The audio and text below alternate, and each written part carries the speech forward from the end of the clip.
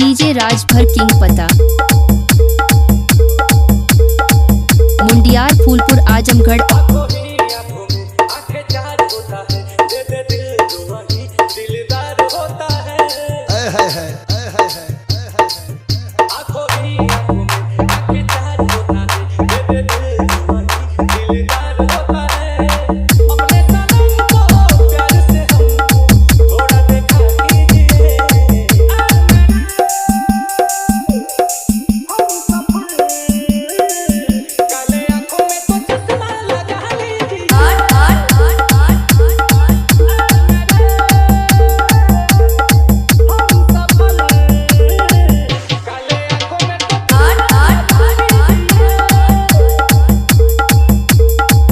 DJ Rajbhar king पता Mundiyar Phulpur Azamgarh.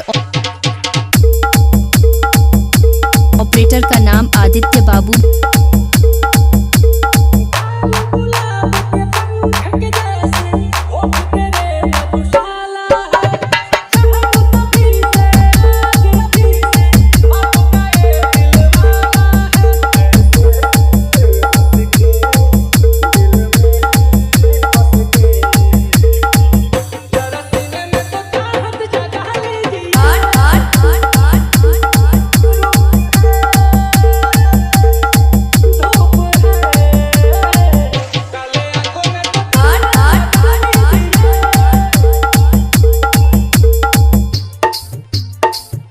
DJ Rajbhar king पता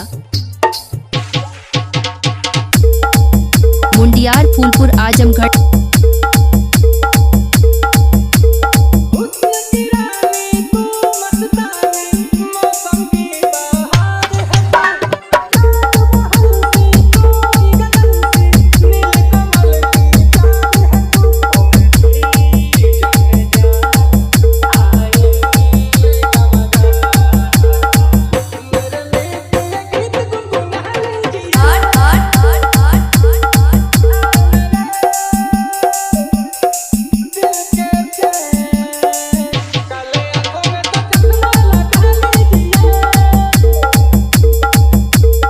DJ Rajbhar king पता मुंडियार फूलपुर आजमगढ़।